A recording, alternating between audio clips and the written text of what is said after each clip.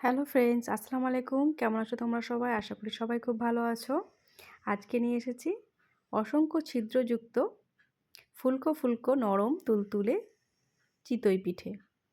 আর এটা কিন্তু চালের গুঁড়ো ছাড়াই শুধুমাত্র সুজি দিয়ে সামান্য ময়দা দিয়েই বানিয়েছি। চলো রেসিপিটা তোমাদের সঙ্গে শেয়ার করি।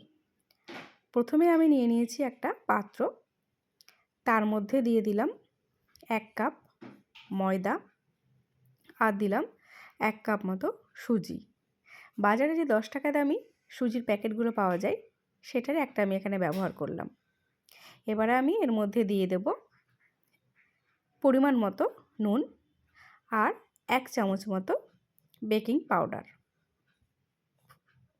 তো সমস্ত উপকরণগুলো আমি এবারে শুকনো অবস্থায় খুব ভালোভাবে এটা মেখে নেব, যাতে মিক্সিংটা খুব ভালো করে হয় এবং বেকিং পাউডারটা এই শুকনো উপকরণের সঙ্গে যেন খুব ভালোভাবে মেখে যায়। ওদিকে আমি গ্যাসের মধ্যে একটু গরম পানি করতে বসিয়ে দিয়েছি। তো আমি এবারে সুন্দর করে মাখা হয়ে গেছে। এখানে আমি এবারে ওই একদম কুসুম গরম পানি নিতে হবে, বেশি গরম পানি না, কুসুম গরম পানি নিয়ে দেখো আমি এবারে অল্প অল্প করে গরম পানি দেব আর সুন্দর করে হাতের সাহায্যে মাখবো।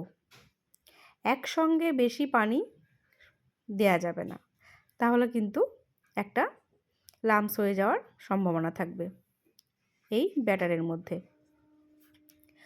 তো দেখো আমি বেশ ভালো করে অল্প অল্প পানি দিচ্ছি আর সুন্দর করে হাতের সাহায্যে মেখে নিচ্ছি।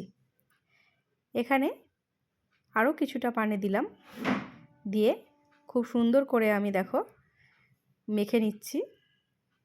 এই মাখাটা কিন্তু যত ভালো হবে পিঠেগুলো তত নরম তুলোর মতো হবে এবং ফুলকো ফুলকো হবে। তো দেখো আমি এখানে আরও একটু পানি দিয়ে এই রকম একটা সুন্দর করে ব্যাটারটা করে নিয়েছি। এবারে আমি এখানে নিয়ে নেব মিক্সিং জার। এর মধ্যে দেখো যে আমি সুজিটা আর ময়দাটা মেখে রেখেছিলাম সেই মাখা থেকে কিছুটা পরিমাণ দিয়ে এটাকে ভালো করে ব্লেন্ড করে নেব। তো আমার পুরোটাই রেডি হয়ে গেছে। এবারে আমি সবটাই একটা বোলের মধ্যে ভালো করে সুন্দর করে ঢেলে নিলাম। এবারে আমি এর মধ্যে দিয়ে দেব কিছুটা নর্মাল পানি, পরিমাণ মতো অল্প অল্প পানি দেব আর এটাকে খুব ভালো করে মিক্সড করব। তো দেখতেই পাচ্ছ খুব সুন্দর মিহি হয়ে গেছে একদম। তো মোটামুটি আমার রেডি হয়ে গেছে। এই যে দেখো ঠিক এই রকম হবে ঘনত্বটা। এই যে পেছন দিকে আমি একটা দাগ কাটলাম, এটা কিন্তু একে অপরের সঙ্গে মিশছে না। তো এবারে দেখো আমার একদম রেডি হয়ে গেছে সব কিছু। আমি গ্যাসের মধ্যে বসিয়ে দিয়েছি কড়া, তার মধ্যে দিয়ে দিলাম খুবই সামান্য পরিমাণ, একেবারে খুবই সামান্য পরিমাণ সাদা তেল দিয়ে দেখো একটা ব্রাশের সাহায্যে খুব সুন্দর করে আমি এটা কড়ার মধ্যে লাগিয়ে নিচ্ছি। নামমাত্র তেলেই কিন্তু পিঠেগুলো হয়ে যাবে। এবারে আমি বেশ ভালো করে যখন গরম হয়ে যাবে তখন আমি এবারে প্রায় 1 চামচ মতো ব্যাটার নিয়ে এর মধ্যে আস্তে আস্তে সুন্দর করে দিয়ে দেব। এখানে আরও একটু লাগবে, তো আমি আরও কিছুটা দিয়ে দিলাম।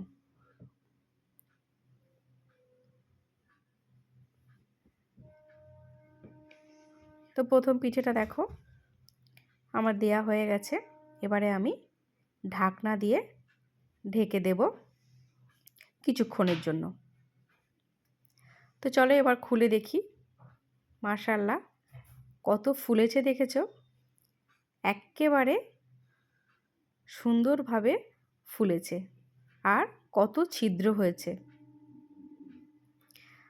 তো আমি এবারে ওই কড়ার মধ্যে আরও একটু তেল ব্রাশ করে নিলাম, অল্প করে সামান্য একটু তেল দিলাম। তো দেখো একটা দাগ হয়ে গেছে, এটা স্বাভাবিক, এই চিতই পিঠে করতে গেলে এরকম একটু দাগ হয়। সাধারণত এটা মাটির যে তাওয়াগুলো হয় তাতে করলে খুব ভালো হয়, সেটা তার এখানে সম্ভব নয়। তো যাই হোক, আমি আরও একটা পিঠে এর মধ্যে দিয়ে দিলাম। তো এটা আমার খুব সুন্দর করে দেয়া হয়ে গেছে, একদম সুন্দর গোল হয়েছে। তো আমি আরও একটু সুন্দর করে দিয়ে দিলাম। এবারে আমি আবারও একবার ঢাকনা দিয়ে রেখে দেব কিছুক্ষণের জন্য। তো চলো এবারে দেখার পালা। তো দেখতেই পাচ্ছ মাশাআল্লাহ কত সুন্দর, কত অসংখ্য ছিদ্র হয়েছে এবং ফুলে কত সুন্দর একদম ফুলে গেছে।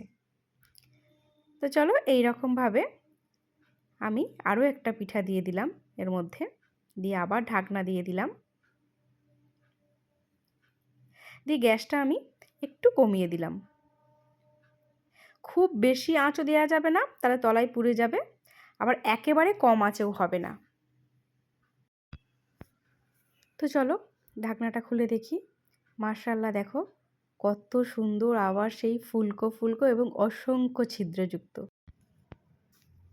তো আমি আরও একটা দিয়ে দিলাম, দিয়ে আবার সুন্দর করে ঢাকনা দিয়ে দিলাম।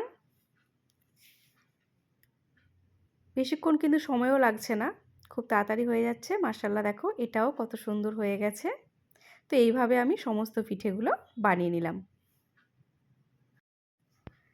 তো বন্ধুরা, এটা আমার সর্বশেষ পিঠে, করার অবস্থা একেবারে যাচ্ছে তাই হয়ে গেছে। চিন্তার কোনো কারণ নেই, এটা এরকমই হয় চিতই পিঠে করতে গেলে।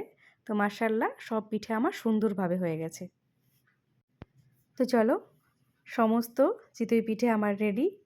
সঙ্গে আছে খেজুরের গুড়, এই শীতকালে যেটা মেন আকর্ষণ। এছাড়াও এর সঙ্গে মাংসের ঝোল নিয়েও খুব সুন্দর খেতে লাগে।